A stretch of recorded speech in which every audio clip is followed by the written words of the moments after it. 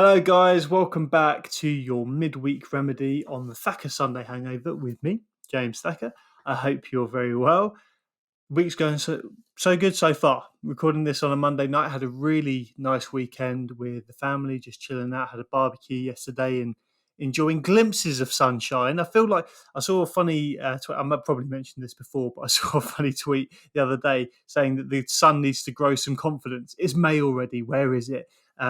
We see it in spells, but unfortunately, classic UK, it seems to be hiding and not burning off the rain clouds. But hopefully, as we are kind of getting more and more out there and more into the beer gardens, and hopefully as more things open up, the sun also comes out, and come June 21st we just reach this crescendo of activity, and hopefully everything is absolutely glorious. The Euros will be on, we've got a Lions tour to look forward to.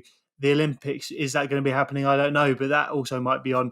The country coming together in some ridiculous, cyclone of drunken wonderfulness. I'm looking forward to it. But son, come on, mate, out you come. Anyway, other than that, I had a really lovely weekend in a podcast way as well. Not my own, but recording two other people's podcasts. One, Ollie's. I was back on the Hope That Kills You podcast talking about the Lions selection. The squad was announced by Warren Gatland last week, and really, really interesting to see who was omitted, who was in the squad. There were some big names like Billy Vanapola that had been left out, Johnny Sexton that has been, Lions tourist before, Kyle Sinckler, who I'll come onto again a bit later, but he was also left out, one of the most dynamic props in the world at the moment. And actually one of the TikToks that I've done about Kyle Sinckler in reaction to his BT Sport interview blew up on TikTok recently. So am I famous now? I don't know. Am I down with the kids? I am a kid at heart, really. But anyway, I'm waffling. But yeah, I'll come on to Kyle Sinckler later. But that was really fun to discuss with Ollie, talking about who would make the first 15 in the test squad if we were to pick it now, who we think is maybe lucky to have snuck in there, and also who can feel pretty hard done by that they've been left out. So had a fantastic chat with him, and I'll let you know when that comes out. I'll put the link in my Instagram post or share where to find that if you're interested. And then I had a really fascinating discussion with Sigi and a guy called Scott Ward, who is doing a lot of work around how to support sports people after they finish their careers, because often there's really, really not a lot of emphasis as you're plying your trade, especially at an early age, especially as you're making your way in the professional sporting environment. So much is demanded of you from a sporting sense, and you kind of get lulled into this false sense of this is going to last forever. You don't need to concentrate on anything else than your sports career. Now, thankfully, in the past, I've been part of good clubs and Saracens in particular, who did encourage me to focus on my studies as well as my sports career, because so often in rugby, your career can be cut short by injury, and all of a sudden you need to be able to pay the bills, and rugby's not going to be there for you. And only so many people can become coaches and people in the media and things like that. However, not everyone gets that kind of treatment. And he's done a lot of research into that area.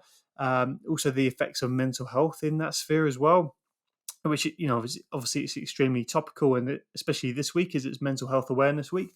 So I really, that chat was absolutely fascinating. And without wanting to give away too much, I'd definitely recommend it as a podcast to listen to if you're interested in the world of sport, how people are supported, and I think where the gaps are in terms of how they're supported at the moment and where we want to get to in the future and how we get there. I had a fantastic chat, and I know that Sigi, and I both really, really enjoyed and appreciated Scott's time. So again, thank you, Scott, for sitting down with us and having that chat. It was really great. So go after this podcast or whenever it's out, go listen to More Than Balls, and and I'm sure you'll enjoy just as much as I hope you enjoy this podcast as well. Other news, I suppose it's news, not really news, but personal news. I finished one of the most inspirational and probably the best book I've ever read in my life, in Can't Hurt Me by David Goggins. Now, I'd already finished 30 Days of Living with a SEAL by Jesse Itzler. Both books were gifted to me by a colleague, Paul Atkins. Thank you, Atco, absolute hero for gifting me those books. I really, really do appreciate it, because not only is that such a kind gesture in itself, it's also changed my perception on life and how, as human beings, that we are so. I think we really under deliver in terms of our potential. We often don't explore the full extent as to what we're able to achieve. And one of the stats that stuck out in my mind the most was that usually when we're going about life, when we think that we're done physically, mentally, and we've got nothing more to give, that's usually about 40% of what humans can give. I think I might have quoted that stat before, but for me, that's really exciting, because it means that there's so much untapped potential, so many ways and things to explore that our bodies, our mind can do. And now it's given me a kind of new lease on life to, you know, actually go out there and think, well, what more can I do? What else is my body capable of? What else is out there for me to go and achieve? And I think for me, it's about going and pushing yourself out of the comfort zone.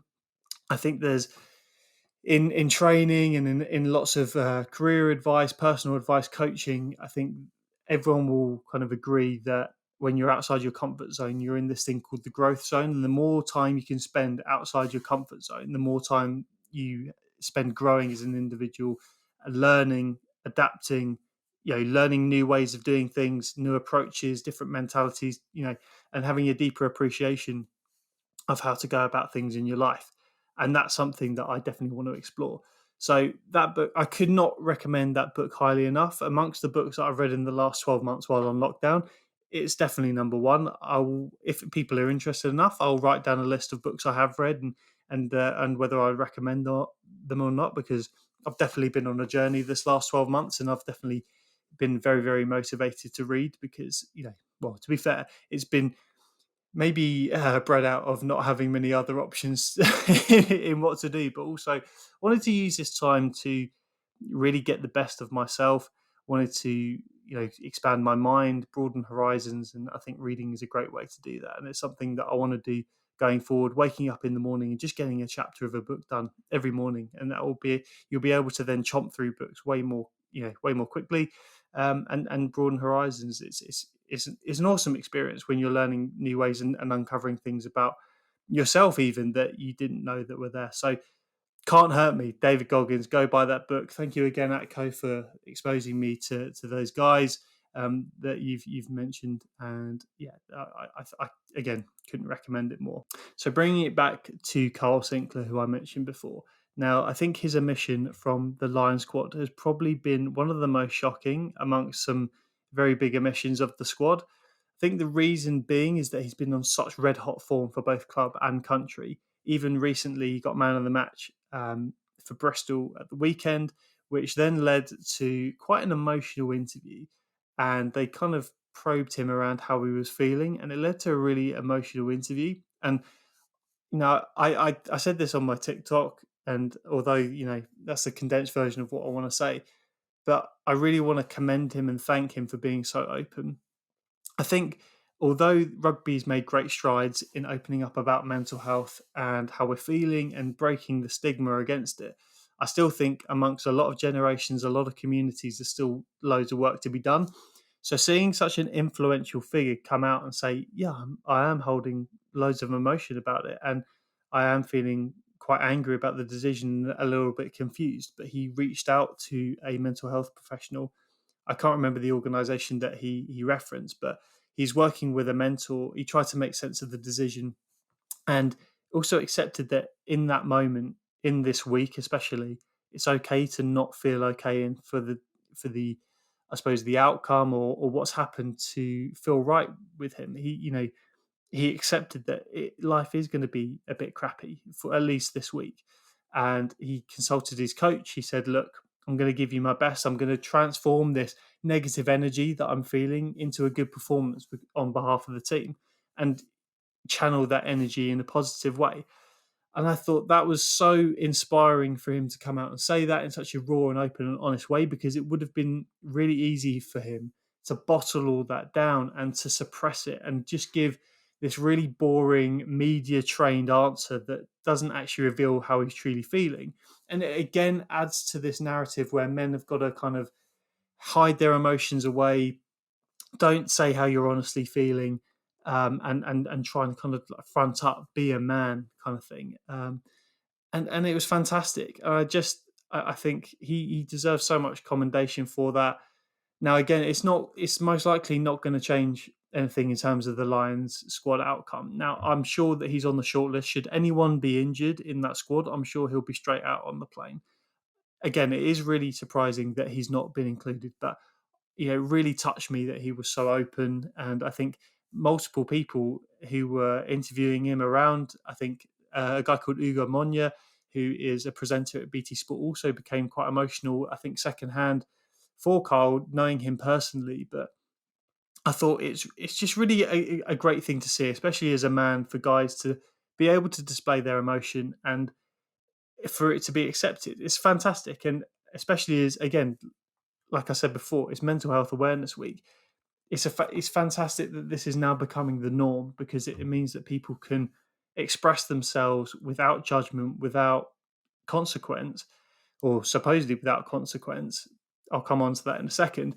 Um, and we can have progressive conversations around how we're feeling, and it leads to a lot less stress. And when you have less stress, when you're able to be more open, when you're able to show your emotions, it will lead to exponential benefits in other areas of your life. And this is again something that I was talking to Scott about. Is when I think Johnny Wilkinson recently mentioned as well on the High Performance podcast, he was so stressed because he was suffering mental health issues. The stress it was putting on his body, because he was so absolutely, you know, petrified of consequences and things like that. And what if I make a mistake? You know, this is gonna it's gonna be so detrimental on the team, and absolutely paralyzed by fear of consequences. That stress was having an abject effect on his body, and then led to loads of injuries throughout his career. And I think there's a very clear link between that. So by being able to be more open, by having these conversations, by being able to talk and express yourself truly, it means that you're alleviating that stress. It may lead to less injuries. It may lead to performance increases, enhanced unity within a team, better teamwork, better collaboration, more results as a team. All these kind of knock-on effects that it can have. And I just think brilliant that these are the things. Like, this is a marker, this is a definite marker, and it's something that I'm kind of pinning down, and something I reflected on in my kind of daily journal, as to what have I learned, what have I reflected on today. Was this is a marker, I think, in terms of how I think we need to go forward.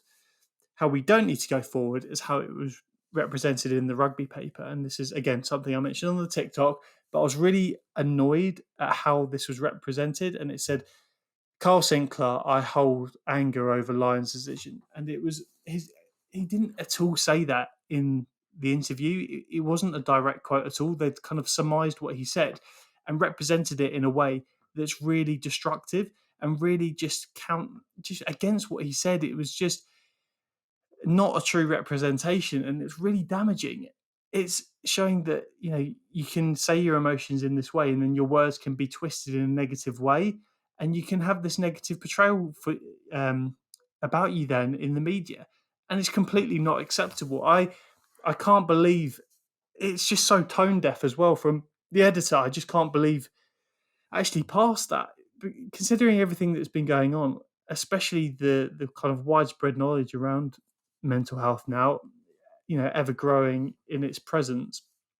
I can't believe that they're not more informed to have decided that, yeah, we need to scrap this or go about this in a different way, because that's not a good idea. Maybe they're prioritizing headlines or, sales over representing the actual truth, which again makes me despair, because like so many aspects of life at the moment, it seems like we're profit before anything, profit before community and people. And I believe massively in people power, but it seems like profit goes in the way of that so much. But anyway, I'm trying to not harbour so much resentment about that and focus on the positive. So well done, Kyle Sinckler. Thank you for speaking out. It's an inspiration to not just myself and fellow rugby players, but young kids that are coming up, I think, in generations to come as well. And also people that like rugby and will admire him as an athlete from generations that don't understand or were brought up in that old school frame of thought where, you just kind of bottle it all up, crack on, head down, don't worry about it, and never really talk about your feelings. I think now that they are seeing the way forward, now that they see a professional England rugby player talking in that way, they might go, oh, okay, there might be something here. It just furthers the conversation. It's fantastic. And I wanted to cover that off in today's midweek remedy. So linking into that, it's obviously, like I've said, Mental Health Awareness Week.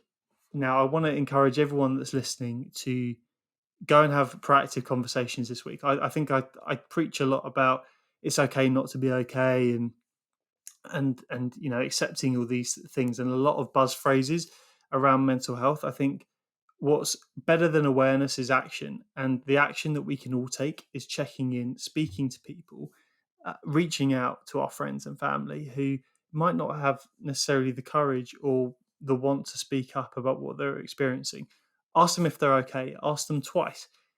Have these proactive conversations, take action, and that's the way that we drive this forward, by not just being aware that it's there, but taking action and looking after each other genuinely. Not just kind of taking a surface interest, but actually taking a genuine interest, being an active listener in the conversation you're having. That's how we make the most impact.